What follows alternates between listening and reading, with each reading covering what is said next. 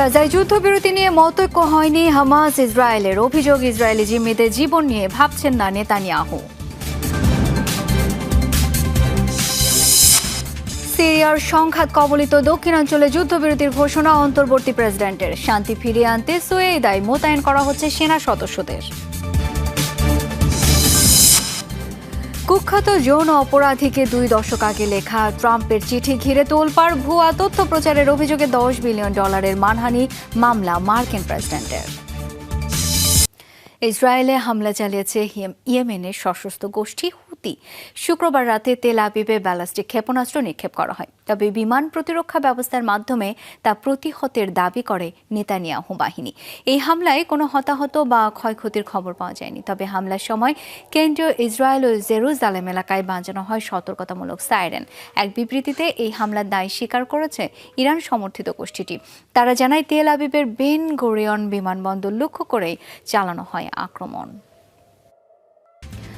Hamas গাজায় স্থায়ী যুদ্ধবিরতির দাবি করলেও তা পুরোপুরি নাকচ করে দিয়েছে ইসরায়েল। তবে 60 দিনের সাময়িক যুদ্ধবিরতি নিয়ে এখনও আশাবাদী মার্কিন প্রেসিডেন্ট ডোনাল্ড ট্রাম্প। বলছেন দ্রুতই ফিরে আনা হবে 10 ইসরায়েলি জিম্মিকে। যুক্তরাষ্ট্র, কাতার ও মিশরের মধ্যস্থতায় এখনও চলছে আলোচনা।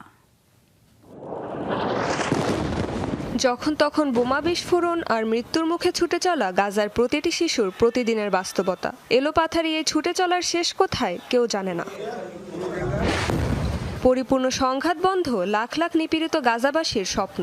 গত 21 মাস ধরে যুক্তরাষ্ট্র, কাতার, মিশরের মধ্যস্থতায় ধাপে ধাপে হয়েছে ইসরায়েল হামাস যুদ্ধবিরতি আলোচনা, কিন্তু এখনও নেই আশার আলো।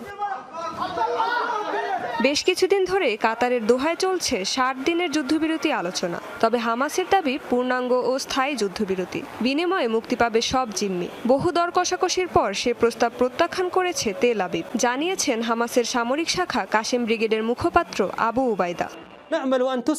আমরা একাধিকবার একটি পূর্ণাঙ্গ চুক্তির প্রস্তাব দিয়েছি, যার মাধ্যমে একসাথে সব বন্দীকে মুক্তি দেওয়া হতো, কিন্তু যুদ্ধাপরাধী নেতানিয়াহু ও তার কট্টরপন্থী জায়নিস্ট মন্ত্রিসভা এই প্রস্তাব প্রত্যাখ্যান করেছে।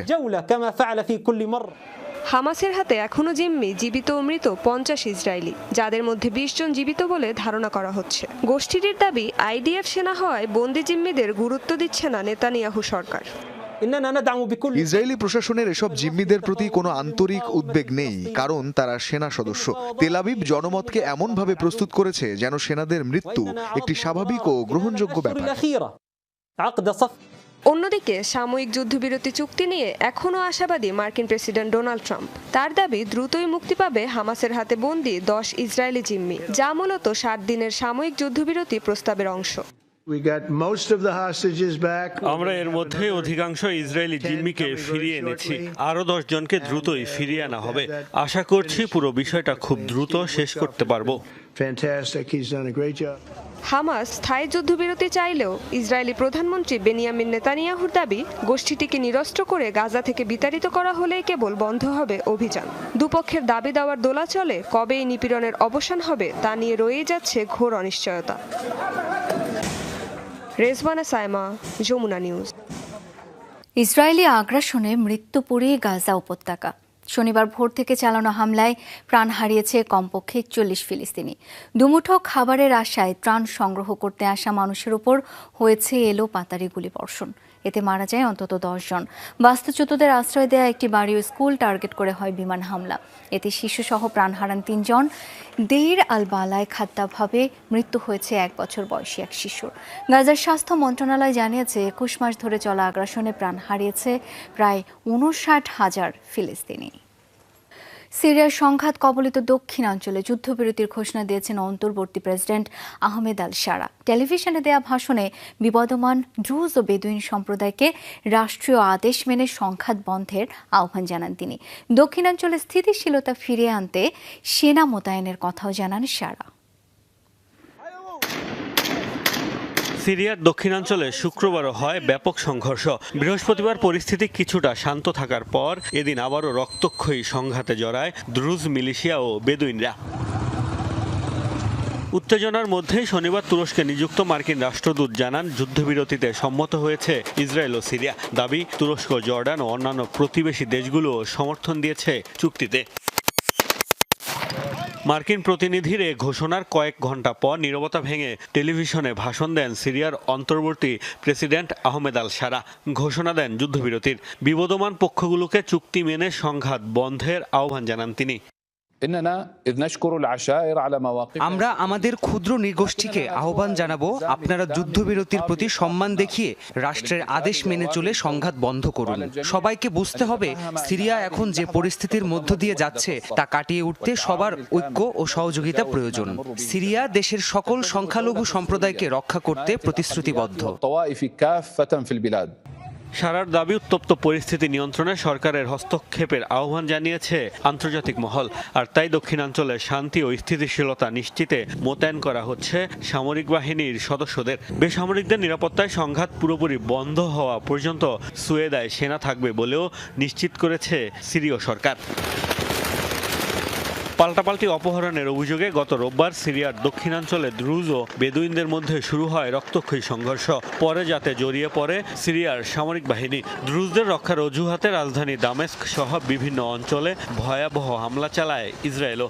পরে গত বুধবার অঞ্চলটি থেকে সেনা সরিয়ে নেওয়ার সিদ্ধান্ত নেয় সিরীয় সরকার।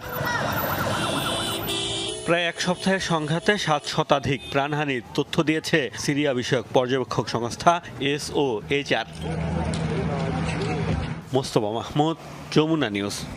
দখলকৃত পশ্চিম তীরে এক রাতে অন্তত 117 ভেড়া হত্যার অভিযোগ উঠেছে ইসরায়েলি দখলদারদের বিরুদ্ধে। পাশাপাশি দখলদারদের বিরুদ্ধে শতাধিক গবাদি পশু চুরির অভিযোগ তুলেছে ফিলিস্তিনের বেদুইন সম্প্রদায়ের মানুষেরা। পশ্চিম তীর থেকে ফিলিস্তিনি কৃষক ও খামারি হঠাতে এই হামলা চালানো হয়েছে বলে ধারণা করা হয়। এ বিষয়ে এখনো কোনো মন্তব্য করেনি ইসরায়েলি সামরিক বাহিনী। চলতি সপ্তাহে পশ্চিম তীরে বসবাসরত ফিলিস্তিনিদের উপর দখলদার ও নিরাপত্তা বাহিনীর ক্রমবর্ধমান আগ্রাসন নিয়ে প্রতিবেদন প্রকাশ করেছে জাতিসংঘ। রাশিয়ার সমরাস্ত্র ধ্বংস কিংবা রুশ সেনাদের হত্যা করতে পারলেই মিলছে পয়েন্ট। সামরিক বাহিনীর সদস্যদের জন্য ভিডিও গেমের আদলে এবার পয়েন্ট চালু করেছে ইউক্রেন।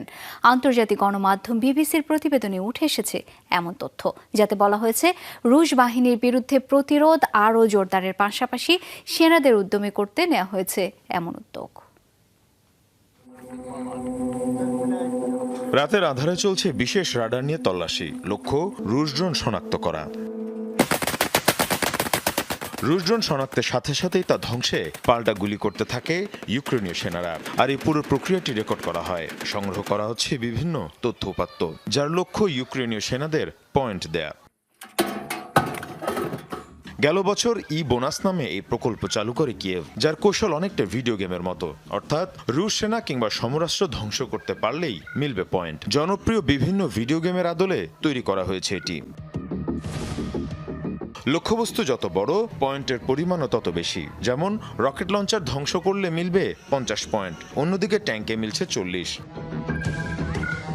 এসব ভিডিও সংগ্রহের পর সেগুলোতে জুড়ে দেওয়া হচ্ছে মিউজিক। এরপর সেগুলো প্রচার করা হচ্ছে সামাজিক মাধ্যমে। কেউ বলছে সেনা সদস্যদের আরও উদ্যমী করতে নেওয়া হয়েছে পয়েন্ট দেওয়ার এই উদ্যোগ। এর পাশাপাশি যুদ্ধকৌশলের বিভিন্ন তথ্য সংগ্রহ করা হচ্ছে। এসব পয়েন্টের বিনিময়ে রয়েছে আর্থিক সুবিধা, এমনকি সরাসরি পয়েন্ট দিয়েই পণ্য কেনার সুযোগও রাখা হয়েছে।